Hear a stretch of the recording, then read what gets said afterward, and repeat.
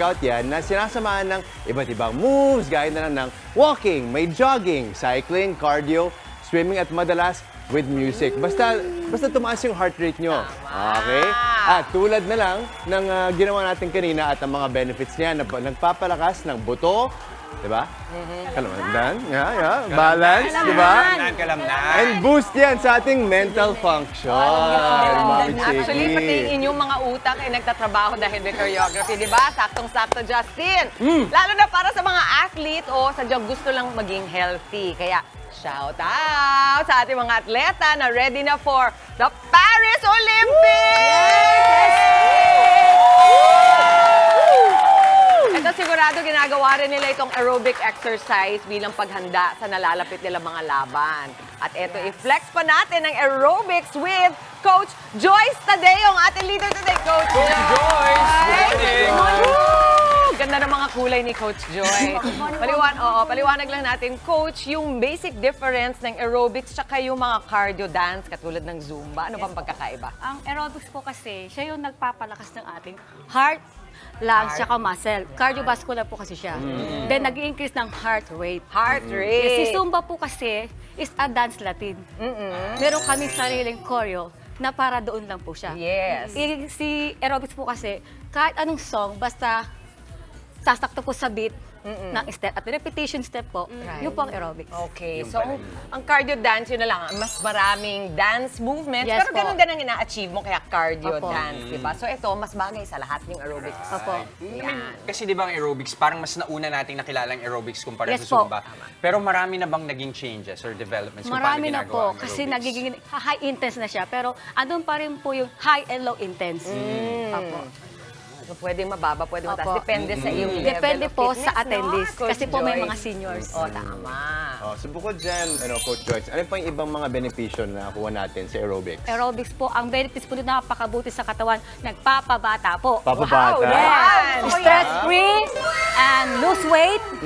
Nag-i-increase ng toxic sa katawan po.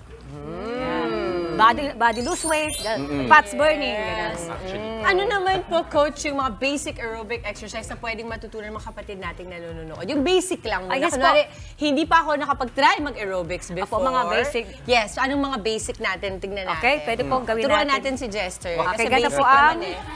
mag-baby step po tayo. Ha? The upper hand. B-step. B-step. Uy, B-step. ginawa natin kanina to.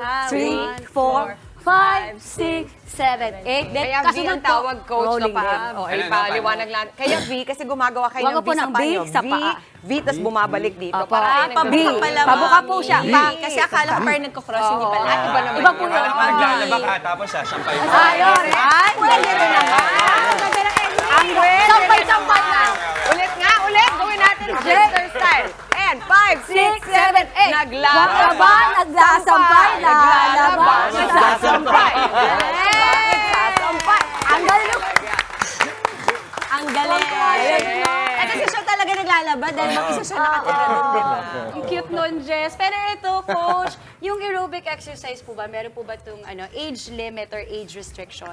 May restriction po kasi dahil may mga seniors. Okay. Then po yung in case kung meron silang health problems, kinoconsult po muna kung pwede sila sa ganong intense. Kasi po, sa aerobics, meron tayong high-low intense.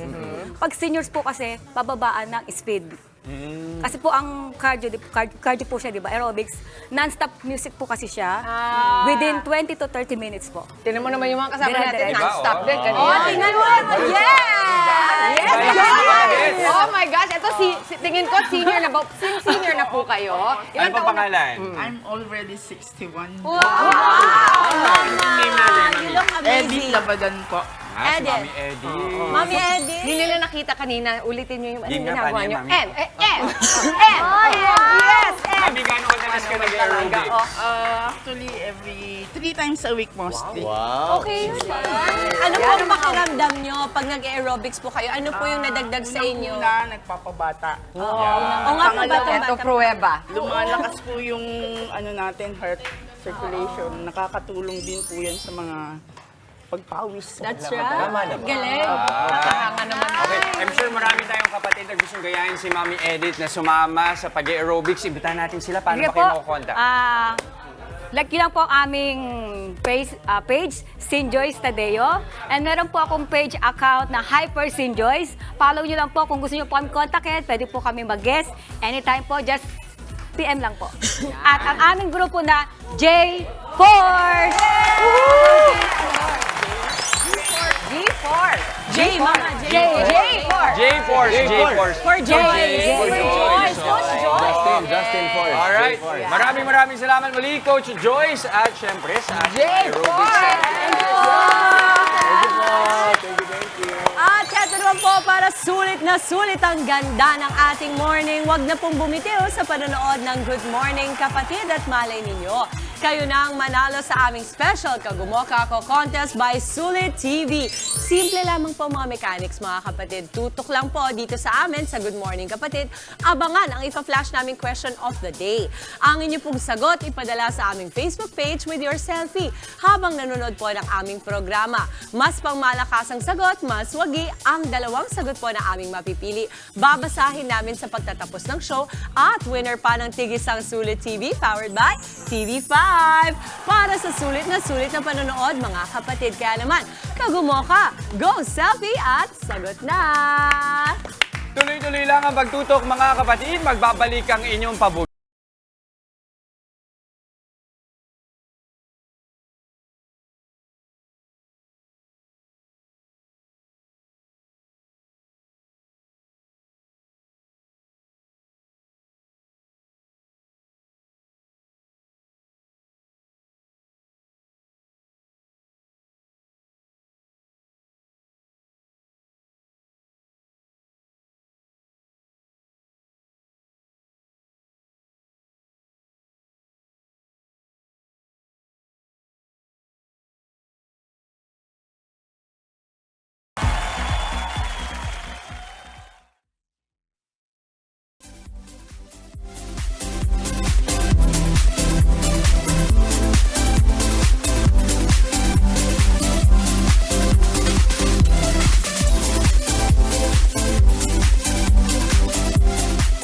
Nagbabalik po ang Good Morning Kapatid. Ito, Maui, may tanong ako sa'yo. Meron ka bang fitness goal? Aba, syempre meron. Anong goals mo? Sinasabi ko sa inyo to di ba, ni Justin Everyday, na gusto kong pumayat syempre, pero at the same time, gusto ko rin na actually, feeling ko kasi mataas yung sugar and cholesterol ko, so gusto kong i-regulate sila. Ayun. Bakit mo natanong, Jess? Alam mo, sakto, kasi meron tayo, nakita niyo yung masarapan natin. Medyo flat lang ngayon, pero ayan, ang dami nating food dito. Hindi lang yan basta-basta food, kasi healthy ang mga yan. Love it. Saktong-sakto, perfect for your fitness goals na maging malusog yung pangangatawan sa tulong of course ng balancing pagkain at hindi lamang para sa kanilang sarili kundi para sa mga suking mahilig din sa diet plan meal. Yan po ang ibibida nating negosyo dito sa Kitang Kita.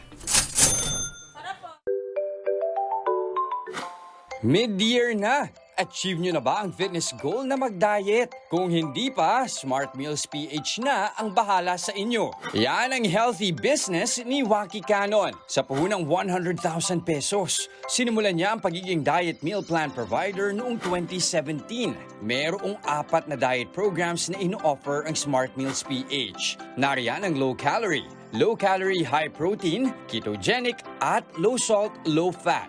Mapa breakfast, lunch, merienda hanggang dinner, covered ng bawat meal plan. At ang mga healthy meal na ito, delivered at your doorstep. Naglalaro sa halagang 439 hanggang 639 pesos per day ang halaga ng meal plan. Depende sa required calorie ng inyong diet program. Ngayon, kumikita na ng 7 digits kada buwan ang healthy food business ni Waki. At para mas lalong ma-energize ang biyernes natin, meron tayong pasample dito sa studio. At live natin makakasama ang brand marketing team ng Smart Meals PH na sina Elise De Lima and Carla Villanueva. Elise and Carla, good morning! Good morning, kapatid. Good morning, kapatid. Okay, so nakita natin dito napakaraming dish na idinala ninyo sa amin. So ito yung mga basic. Yes, okay. basic So yes. ano-ano ba yung dinala nyo sa amin dito? So far, nagdala kami ng 4 namin na kinds ng meal plan. So Okay. we have low calorie, Low calorie. LCHP, low Calorie, high protein.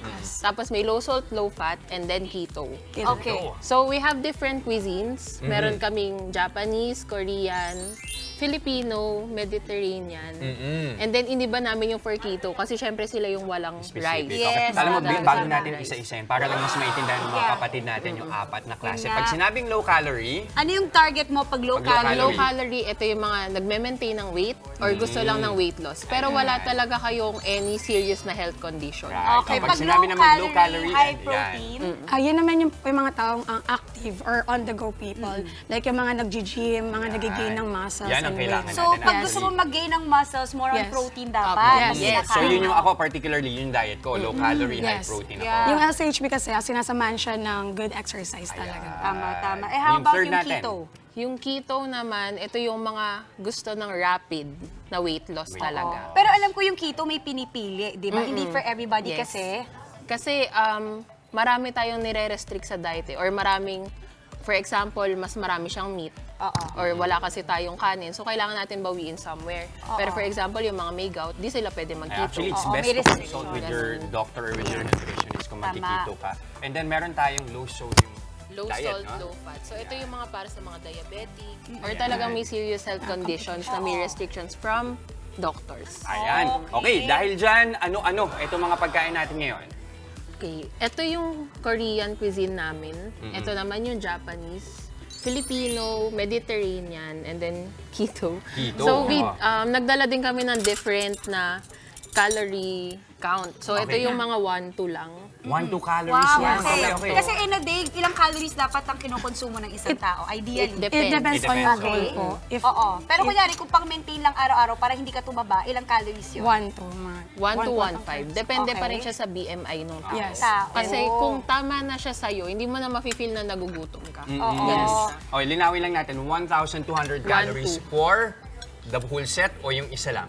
Full set Full na set yun. na, di ba? So, With a snack. So, ang offer nyo is 3 meals a day with snacks. With snacks. Okay, nice. Uy, 1-2, magiging fit ka dun. Eh, may sinasabi ko, magiging lean ka dun. So, 1,200 At calories saka per alam mo, day. Jess, ang pag ganito kasi, tatanungin ko rin naman ano yung advantage. Pero for me, sa palagay ko, ang advantage ng naka-meal plan ka is, hindi mo na kailangan mag-isip kung ano ba yung diet mo for today. Nakaset na siya, iinit mo na lang, di ba? Pero para sa iba, ano ba yung reason nila why, maliban sa gusto nilang pumayat, yung iba ba parang gusto lang na may naka-prepare na na meal? Another reason is convenience. Usually talaga customers namin, yung mga nakakondo, yung mga walang time magluto, gano'n. nag-work talaga. Ayun. So, more on convenience talaga siya. And for example, kung lagi kayo nasa office, tapos lagi kayo nag-iisip, ano ba yung dapat kong kainin today? Okay. Pero Sige. instead na kumuha ka ng mga unhealthy na food, kami na yung nagdadala ng Kumbaga, healthy. ready And na. additionally po kasi, yung diet meal plan kasi namin very flavorful talaga. So, hindi boring yung diet meal plan namin. Like, feeling mo everyday cheat day ka, pero hindi. Like,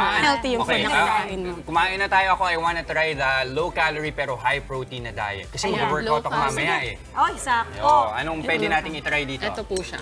Okay. Ayan. Saka Jess, syempre tawagin natin ang Tikim Squad! Game! Let's go!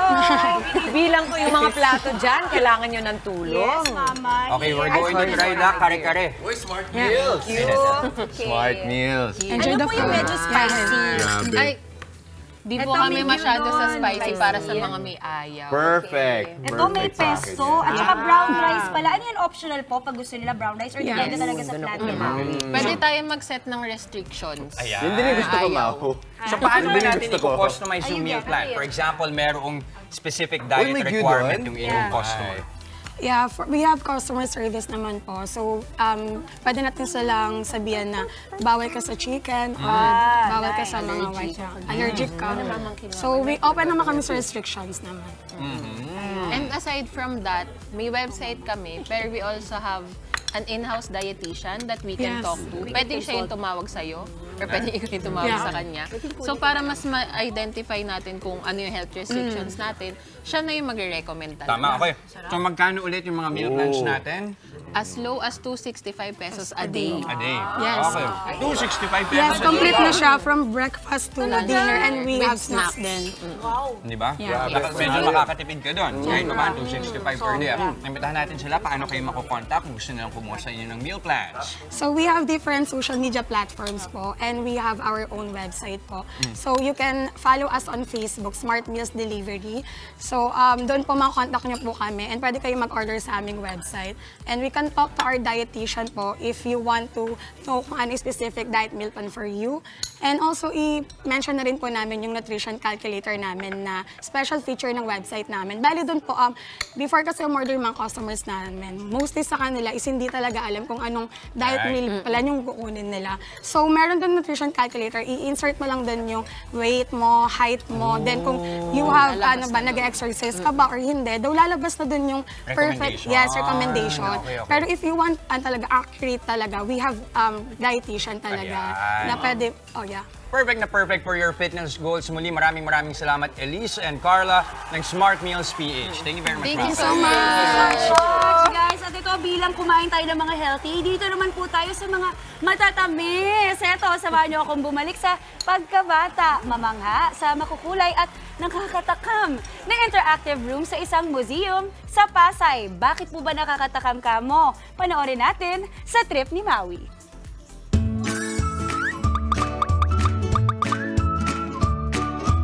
Hello mga kapatid! Alam nyo, bilang mga Pinoy po, hindi kompleto ang ating meal kapag walang dessert. Alam nyo po, dito sa isang mall sa Pasay, mapa-donut, ice cream o cotton candy man yan. Abay, available yan lahat dito. Tara na at samahan nyo akong pasukin ang The Dessert Museum.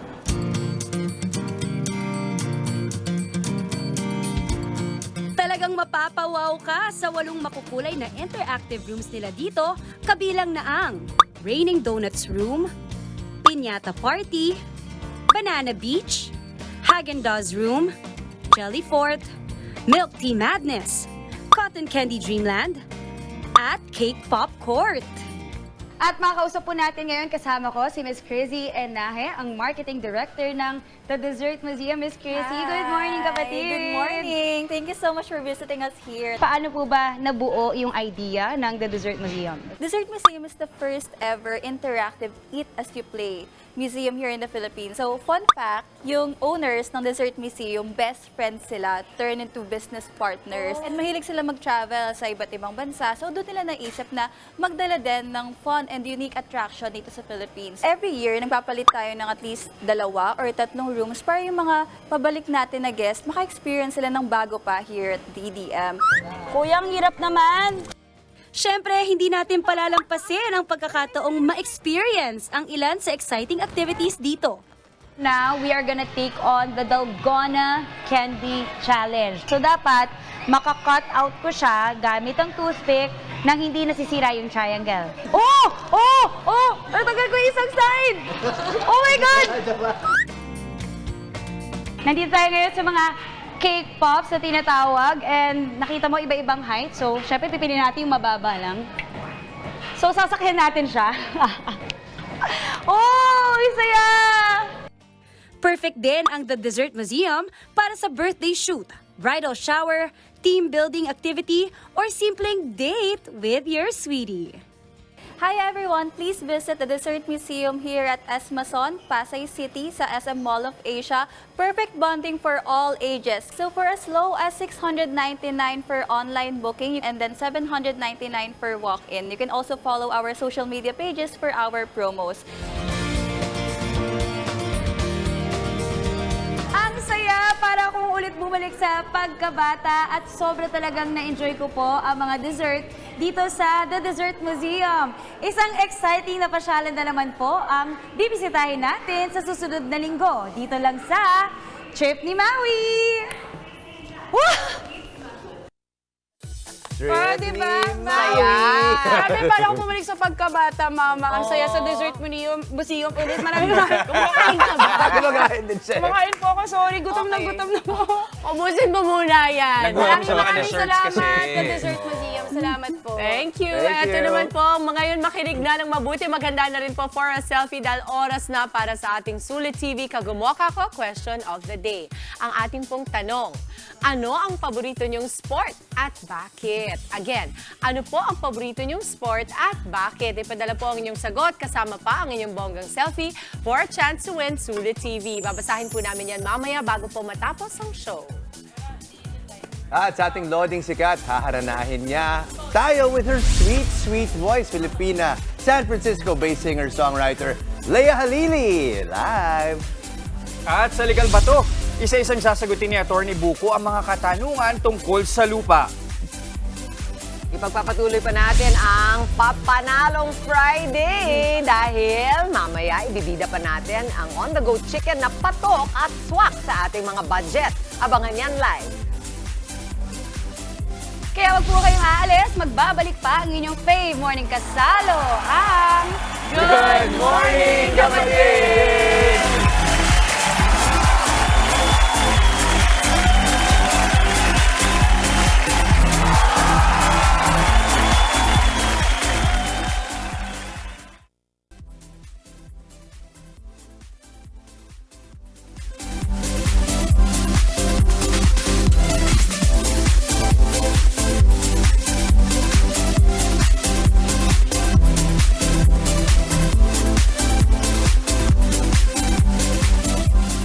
Nagbabalik pa rin ang Good Morning Kapatid. Usapan lupa naman po tayo. Mga katanungan ng ilang kapatid na may kinalaman sa lupa, yan ang sasagutin ni Atty. Buko dito sa Legal Bato. Mga kapatid, komplikado ang usapin sa lupa, lalo na kung namayapa na ang may-ari nito. Kagaya na lang ng inilapit sa atin ni Gerald _ na bibigyan natin ng payong legal. Attorney Buko de la Cruz, magas lang po ako. Yung tito ko at tita, nakapundar silang dalawa ng bahay at lupa sa kasamang palad na matay ang aking tita noong 1989 at meron silang 3 anak. Noong 1991, biglang nagpakasal ang tito ko sa isang dalagang babae, walang anak. Tanong ko po, may karapatan po ba yung bagong asawa ng tito ko sa lupa at bahay na pundar ng tita at tito ko? Wala pong karapatan ang pangalawang asawa sa mga naipundar na gamit at ari-arian sa unang kasal. Sa ilalim ng Article 130 ng Family Code, kapag namatay ang isang asawa, lahat ng kanilang conjugal property ay dapat maliquidate o hatiin na sa buhay na asawa at kanilang mga anak. Kung mag-aasawa ulit ang naiwan na asawa nang hindi muna na-liquidate ang conjugal asset sa unang kasal niya, walang karapatan ang pangalawang asawa sa anumang ari-arian na naipundar noong panahon ng unang kasal. Ang layunin nito ay tiyakin na ang shares o legitim o yung mga mana ng mga anak sa unang asawa ay napapangalagaan at hindi mapupunta lamang sa pangalawang asawa. Ito naman po ang katanungan mula kay Dired Manlutak Carriedo. Attorney Buko, may bigla gumawa na kontraktor sa may likod ng bahay at sabi, gagawin daw po ito ng bypass road. Pero nung lumapit po kami sa barangay, nalaman po namin na hindi po sila dumaan sa barangay captain. Ngayon po, nagalaw na po yung lupa namin kung saan tinamaan po dun sa gagawin nilang bypass road. Tanong ko lang po, legal ba na mag-umpisa sila ng proyekto na walang pinaitang mga dokumento? Tapos po, babayaran daw po yung tinamaan na lugar sa halagang 65 pesos per square meters. Ito po ba ang nakasad sa batas? Hindi po yan legal. Ayon sa Section 6 ng Republic Act 10752 o yung Right of Way Act, dapat ay sumulat muna sa inyo ang implementing agency ng gobyerno at inalok kayo na bibilihin ng gobyerno ang bahagi ng inyong lupa na kasama sa gagawing bypass road. Kung hindi kayo sang-ayon sa presyo na kanilang inaalok, hindi basta-basta maaaring simulan ang pagawain sa inyong lupa. Kailangan muna magsampa ng kasong expropriation ang implementing agency at kailangan nilang mag-deposit sa korte ng 100% ng zonal value ng inyong lupa. Maaari nyo nang kunin itong deposit na ito mula sa korte. Ang korte ang magbibigay ng writ of possession o yung pahintulot para masimulan na nila ang pagawain o proyekto ng gobyerno habang dinidinig ng korte ang kaso upang alamin kung magkano pa ang kailangang ibayad sa inyo ng gobyerno bilang dagdag sa deposito. Ito naman ang tinatawag na just compensation. Kung kayo po ay may nais ikonsulta sa inyong lingkod, i-follow lang ang Facebook page ng Good Morning Kapatid. Mangyaring i-private message po ninyo sa akin ang inyong mga katanungan. Maraming salamat. Swak sa budget at papanalo sa lasa, kaya naman patok itong mga tinatawag na on-the-go chicken snack.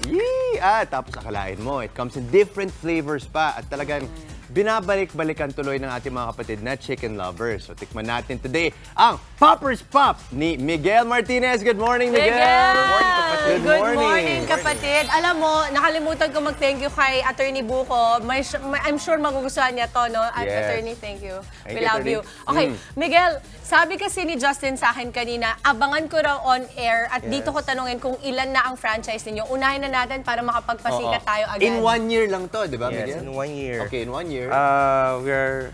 We having ongoing branches na mag-60 na siya. 60! 60. Nasaan itong mga ito? Malls, schools, puro malls. Yes, puro malls. Ang bilis ng growth nyo. That's crazy. 60. Halos 60 in 1 year. Ano yung sekreto nyo? Let's see. Siyempre, hindi nila sasabihin. Ito, sabihin mo muna, sabi ko, anong mga nandito. Actually, yung mga flavors natin, we have sour cream, sweet corn. Sweet corn. Then Okay. garlic parmesan. Then sour cream. Salted egg. Then butter cheese. Then barbecue. Then, Okay.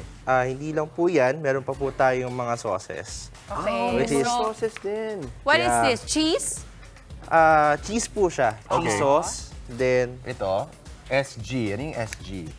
ayan, hickory barbecue po yun. Okay. Then, soy garlic po ito. Soy garlic. Okay. Okay. So, meron ba kayong plain flavor lang? Yes, meron. Okay. Here. Sige. So, parang, ano yung pinakabagay sa soy garlic? Actually, yung Lahat original. naman. Yung original. Yung original. Miguel, gusto ito. kong malaman kasi with the growth ng ganyan na negosyo, anong palagay mo ang naging sistema ninyo para mag-grow nyo ng ganun kabilis? Kasi marunong din ako sa negosyo at Yes. mahirap gawin yan. It is not a very easy thing to do.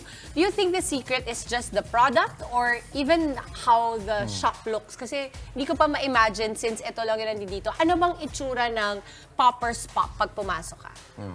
Actually, di lang naman sa mismong store ang secret. It comes syempre with the products itself. At the same time, sa marketing din. So, we have to invest in marketing talaga. Speaking of marketing, very marketable tong flavor na to, yung salted egg, di ba? Yes. Sige, tikman natin to. Masarap yung sour cream, with hickory. Hickory barbecue. Then, perfect with rin po siya with rice. Pagka, Oo, sayang naman wala tayong kanin. Perfect with rice. Okay. Wait. Okay, so pag ganito, usually, pag binibili sa inyo, magkano siya? Yung regular size natin, which is this, it's 99 pesos lang. Ilan na laman nun? Or may weight ba? May weight siya. Okay. Then, yung large natin, ito Yung large. pinaka-large. Ito large. Ito? Okay. Ano siya, 149 pesos. 149. Then, yung king size is 189 pesos lang. Sabi mo by weight, di ba? So, Yes. ano yung weight ng large? More or less, nasa 200 grams. Uy, 200 grams of protein. Not Tsaka bad na perfect yun, tong mga kids to kasi ang mabilis siya, pwede siyang pambaon din, no? Madaling din siya for pambaon. But ako talaga, I'm very interested kasi ang ganda ng packaging, tapos ang linis. Kumbaga parang hindi siya complicated at kung ikaw magnenegosyo ka or kakain ka lang, I think it would be very, very good experience for you. So sige, Miguel, imbitahin natin silang lahat para sa Poppers Pop, whether gusto nilang kumain o gusto nilang magnegosyo, saan kanila pwedeng hanapin? Actually, available po yung Poppers Pop in malls in Luzon, no? At the same time, we're open for franchising din po. Pwede po kayo mag-message sa Facebook page natin para mag-inquire kung paano ba mag-open ng Poppers Pop branch. Magkano yung pag-open? Minimum franchise fee. Ang franchise fee natin is minimum of 268,000. Amazing! Galing, Thank you so much, Miguel. Yes. Miguel, congratulations sa Thank you success. so much. Ang sarap din ng product. Maraming salamat. Hindi ko makamay kasi yung kamay ko may hawak ng Poppers Pop. Tignan mo na to. Eto na po para sa ibibida nating artwork sa Bluey Gumoka, guhit mo, kapatid! At ang ating pong Bluey fan winner for today ay si Zane Kyler Ali Quaresma, 6 years old, mula po sa Las Piñas City. Oh. O, yung cute naman nun, no? At yung face sign din niya. Good morning. Si Bingo at si Bluey. Hintayin lamang po ang mensahe ng aming staff para sa detalye kung paano nyo makiklaim ang inyong Bluey merch. Mga kapatid, yan no, pag gusto nyo ng Bluey merch, ito lang yung gagawin nyo.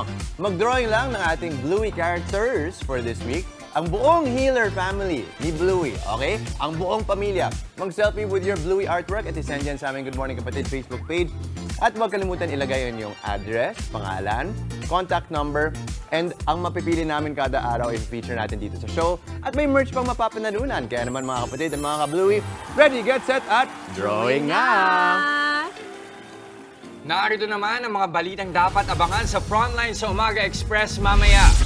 Philippine Coast Guard nakipag-ugnayan na sa China tungkol sa pagbangga ng isang Chinese ship sa bangka ng mga mangingisdang Pinoy. Cherry on top ng Bini, trending agad sa YouTube. At sa atin din pagbabalik, straight from Paris, may mensahe sa atin ng ilan nating mga loading Olympians. Huwag po kayong alis, magbabalik pa ang inyong paboritong morning kasalo ang Good Morning Kapatid!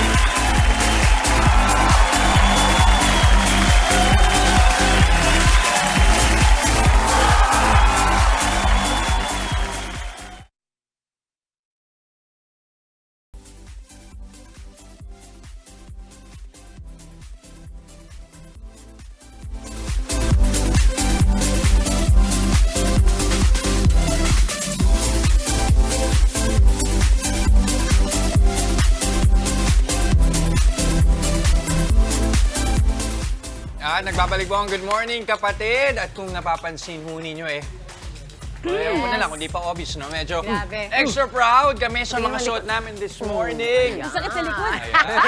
Di ba, Jess?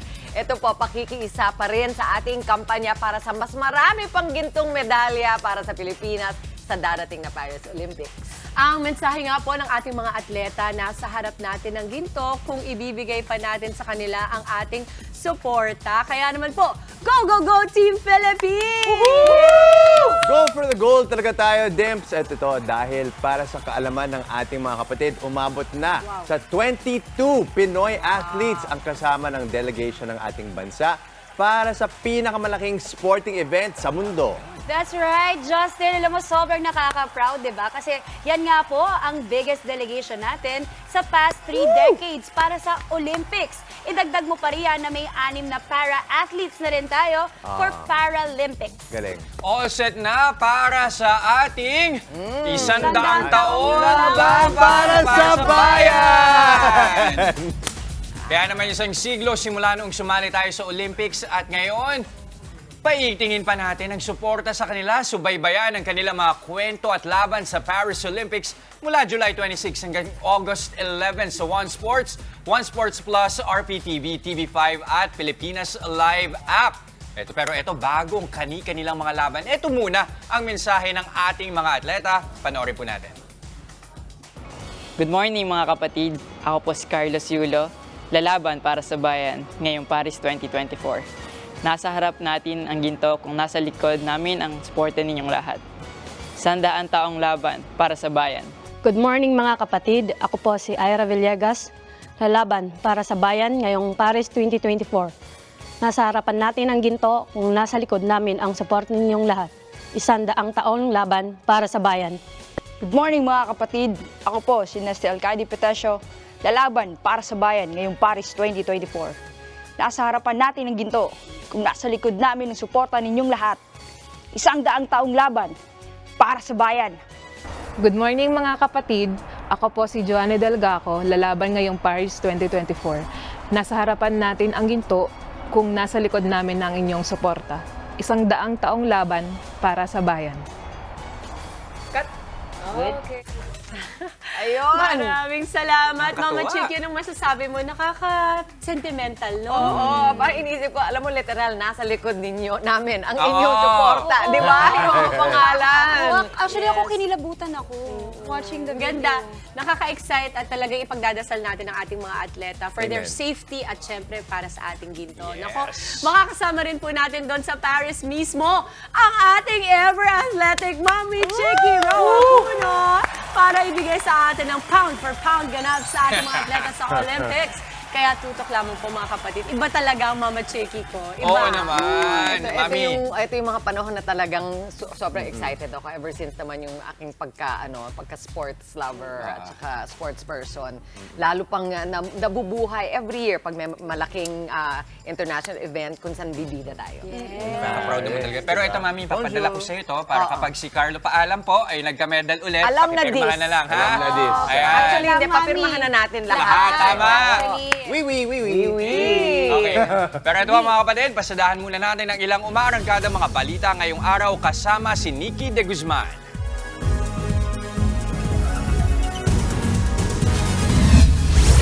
Nagpatawag ng press conference ang Department of Interior and Local Government at PNP tungkol sa pagkakadakip sa kapwa akusado ni Pastor Apollo Kibuloy na si Pauline Canada. Para sa ibang detalye, makakausap natin sa linya ng telepono ang News 5 correspondent na si Brian Castillo. Brian, paano raw ba nahuli ng mga otoridad itong si Pauline Canada? Nikki, iniharap sa media ang inaresto ang kapwa-akusado ni Pastor Apollo Kibuloy na si Pauline Canada sa joint press conference ng DILG at PNP ngayong umaga. Nadakip daw ang kapwa-akusado ni Pastor Apollo Kibuloy na si Canada dahil sa tip ng isang informant tungkol sa kanyang kinaroroonan. Noong July 9 daw, nakatanggap ng impormasyon ng mga pulis mula sa isang hindi nagpakalang caller at tumawag sa kanilang hotline. Namukhaan daw ng informant si Canada dahil sa inilabas na wanted poster ng DILG. Nitong Webes, pinas na raw ng otoridad ang operasyon laban kay Canada. Sa kanyang tahanan sa isang subdivision, naaresto si Canada. 2 kilometro lang ang bahay ni Canada mula sa regional headquarters ng Police Regional Office 11. Pero gate ng PNP, mahirap daw talagang hanapin ang taong nagtatago. Nilinaw naman ni DILG Secretary Benner Abalos na hindi dadaan sa kanila ang reward money sa informant. Ang magbibigay daw ng pabuya ay ang mismong individual na nag-alok nito. Dagdag pa ni Abalos, malaking bagay ang reward money para madakip ang mga pugante. May patong na 10 milyong piso sa ulo ni Kibuloy, habang 1 milyong piso naman sa mga kapwa niya akusado. Dahil dyan, naniniwala ang mga otoridad na makuhuli na rin si Kibuloy at iba pa. Paglilinaw din ng PNP, hindi naman tinatago ng mga pinalitang station commanders ng Davao City Police, sina Kibuloy at iba pa niyang kapwa akusado. Magugunitang nagkaroon ng balasahan sa Davao City Police Office kamakailan. Sa ngayon, marami raw silang natatanggap na tips sa kinaroroonan ni Kibuloy at ng 4 na iba pa. Sinasala na raw ang mga ito. Bukod sa PNP, tutulong na rin ang Armed Forces of the Philippines sa paghahanap kina Kibuloy. Pakiusap naman ni Abalos sa kanila, sumuko na lang. Nikki? Patuloy namin babantayan ang balitang yan. Maraming salamat, Brian Castillo. Nakipag-ugnayan na ang Philippine Coast Guard sa China tungkol sa pagbangga ng isang Chinese ship sa bangka ng mga mangingisdang Pinoy sa Subic, Zambales. Sinabi na raw na PCG sa Chinese Embassy ang insidente. Susulat din sila sa China Maritime Safety Agency. Umaasa ang PCG na papayagan sila na makapagdala ng mga investigador sa China para sa karagdagang pagsisiyasan. July 3 nang mabangga ng Chinese ship ang bangkang may sakay na magkapatid na mangingisda. Nakaligtas ang isa sa kanila pero pinaghahanap ang isa pa na si Jose Montoniedo. 2 barko ang iniimbestigahan sa pagkakasangkot sa insidente. At yan ang mga pinaspasan nating balita ngayong umaga. Tutok lang sa News 5 at News 5 everywhere sa online para sa iba pang mga update.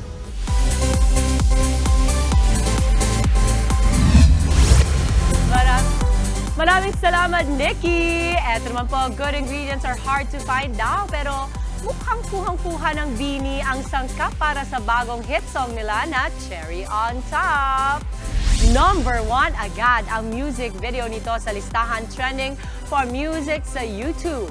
Pumalo na rin sa higit 2 million ng views ng video mula noong inilabas ito kagabi. Cherry on Top din ang top song sa iTunes sa Pilipinas. Kasama raw ang Cherry on Top sa panibagong album na pinaghahandaan na ng Nations Girl Group. Wow, Cherry on Top. Ang bilis, number 1 agad eh, Alam no? mo, 8 p.m. lang yan last night, ni-release. Ngayon, 2 million plus views na. Excited na ako. Proud Ibang ako. Bini. Congrats, Bini. Congrats, Bini. Okay, ito, local talent din mga kapatid sa ating pagbabalik. Makakwentuhan natin ang bassist at vocalist ng indie folk band na The Ransom Collective. Plus, may paharana pa siya. Maya-maya lang, singer-songwriter Leah Halili. Tuloy-tuloy lang ang Good Vibes. Kasama pa rin ang inyong paboritong kasalo sa umaga. Good morning, kapatid!